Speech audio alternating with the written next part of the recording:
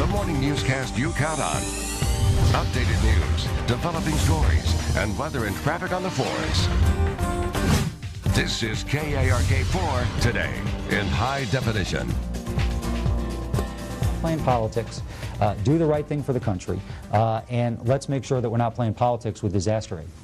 Strong words from senior White House advisor David Plouffe as emergency FEMA money could run out later this week. Good morning, everybody. Thanks for joining us. I'm Matt Mosler. And I'm Wendy Suarez. We hope you're having a good Monday morning. Mallory has the day off. Well, this news could be devastating to people in the natural state affected by tornadoes and flooding earlier this year. If something is not done, that means no emergency payments would be made to families affected nationwide by natural disasters. We're going to have much more coming up. Also in this half hour, American Amanda Knox is back in an Italian courtroom this morning. For the past week, she's been appealing her murder conviction, but prosecutors in Perugia could throw in a curveball. Where her fight for innocence stands straight ahead. Also, you remember the pieces of the Washington Monument that fell off following that big quake in the East Coast? Well, this morning, we could learn what it will take to get the tourist lines back open. What inspectors have found so far coming up. And cosmetic surgery on the uptick across America. But this morning, one woman's stern warning you need to hear before going under the knife. We'll hear what she has to say for anyone considering an augmentation in this half hour. But let's begin this morning right here in Little Rock, where in just a few hours, former UCA President Lou Hardin will find out if he will serve time in prison. Getting to your headlines now. Back in March, Hardin pleaded guilty to 1 count of wire fraud and 1 count of money laundering. According to U.S. attorneys, back in 2008, then-President Hardin falsified a letter to UCA board members saying he could receive his bonus early.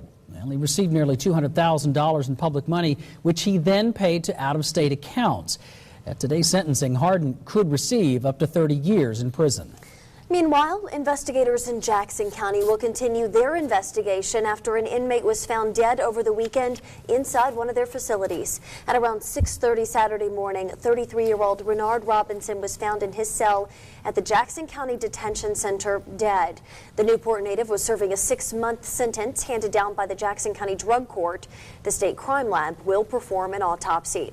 Well, enjoying the fall weather at a Crawford County park turned deadly over the weekend. A man died while hiking on a Devil's Den State Park trail. He and another man had hiked nearly 10 miles when he apparently had a seizure and died. County deputies got the call of a hiker down with no pulse, but it took rescue crews nearly an hour to reach them because of the challenging location. UTVs and UTVs for about a mile and a half, and then we had to walk another nearly mile. It's really rugged country, and it just takes a long time to walk in and walk out. Authorities say foul play is not suspected. Police are investigating why a Searcy woman went missing and later was found dead. This is a KARK News update. The body, now identified as 46-year-old Kimberly Steele, was found on September the 18th in Perry County. Steele was last heard from on Monday, September the 12th, and the following Wednesday, someone tried to set her house on fire. Searcy police and White County deputies need help solving the case, so if you know anything, you need to give them a call. It is 7:04, time for weather on the 4s. Good morning, Greg. Good morning, Wendy. Good morning, Matt. Good morning, everyone. On this Monday morning, a chilly start for many of you. Stepping out the door. Temperatures in the 40s and 50s. There's a wind out there as well, making it feel like the 40s in many places. 60 this morning by 8 o'clock. That sunshine still strong in late September, warming up to the low to mid 70s this afternoon. 4-1 Live Doppler scanning the skies around the metro. It is a dry commute from Conway into Little Rock, Benton and Bryant into Little Rock as well, and headed down 67, 167 out of White County. It's looking dry as well. Temperatures in northern Arkansas this morning. This is where they're the coldest. Mid and upper 40s from Mountain Home down toward Mountain View. Upper to mid 40s and to 50s in central Arkansas from Benton over towards Sheridan. Warmest down across the south and east. Hamburg, Monticello near 60 this morning. That's because they're still close to that front that brought us the showers and thunderstorms yesterday.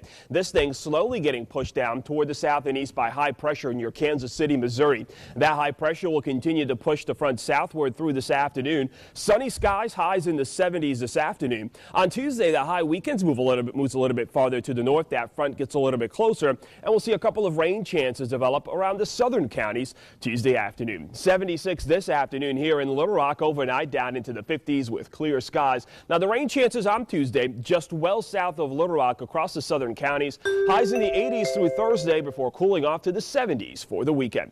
That's your weather on the 4s. Here's your Kissin' Total Traffic. Little Rock and North Little Rock police reporting all clear, but a 433 TRFK caller told me about an accident 40 eastbound at the Beanfield with one car in the median, one on the right, and we have a little bit of debris in the roadway. I'm Terry England from the Kissin' Total Traffic Center. All right, Terry, thanks so much. Well, now to Washington, D.C., where there is another unfortunate case of deja vu. It appears there's a deadline, and no one in Congress can meet in the middle, but this time if they don't, everyone needing a helping hand from FEMA to rebuild following numerous natural disasters, including ones here in Arkansas, may find themselves with empty pockets. Here's more with NBC's Tracy Potts. The Federal Emergency Management Agency has $175 million left in disaster funds, and that could run out by tomorrow or Wednesday if Congress doesn't act. Stop playing politics, do the right thing for the country, and let's make sure that we're not playing politics with disaster aid. FEMA's money is tied up in a big bill to keep government running past Thursday. The motion is adopted. The House passed it and went home. Senate Democrats don't like that they cut clean energy programs to pay for billions in emergency aid. We're going to help people who've been affected by disasters, but we're going to start cutting the government in other places where the money is not so important. The choices between pay for it all now or never pay for it, I think there are alternatives. Democrats blame the Tea Party for linking FEMA's money to the spending bill. I don't like this business of sitting around blaming each other over such small potatoes. What we really ought to be doing is spending time to see if we can get $4 trillion in debt reduction. That's an entirely different issue lawmakers need to deal with after deciding if they can keep government running and emergency funds flowing to disaster victims this week. The Senate delayed its recess to vote on its version of a spending bill this afternoon. Tracy Potts, NBC News, Washington. All right, Tracy, thanks. And while Congress gets to work on Capitol Hill, the president will be trying to sell his new jobs plan on the West Coast. The president departed for California yesterday. He'll be in Mountain View participating in a town hall style event hosted by the social networking site LinkedIn. He'll answer questions about job creation and the economy before an audience. And later today, Mr. Obama will attend campaign events in San Diego and Los Angeles. Overseas this morning, the appeal trial for Amanda Knox continues as prosecutors ask for her sentence to be extended to life in jail. In Italy, that means 30 years behind bars. You're looking at video of Knox arriving in court just a couple of hours ago. Knox and her ex-boyfriend, Rafael Solicitor, were convicted in 2009 for the murder of Knox's British roommate, Meredith Kircher. They are appealing their convictions, and independent experts who reviewed DNA evidence in the case have dealt a serious blow to the prosecution. Knox's father says the family is not fully prepared emotionally if the guilty verdict is upheld. As her parents, it was brutal. I mean, having your daughter considered like, you know, the devil and everything in between. A verdict is expected later this week or early next week. People in southwest Indiana are being warned to stay inside with their doors locked after 5 people are found shot to death.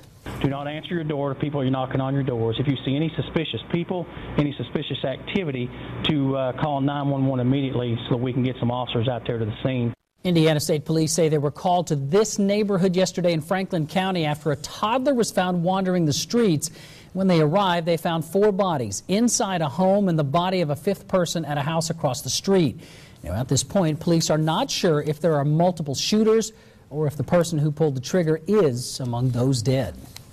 Well, still ahead, good news for your wallet. Gas prices coming down. How you can find cheap gas in your neighborhood coming up.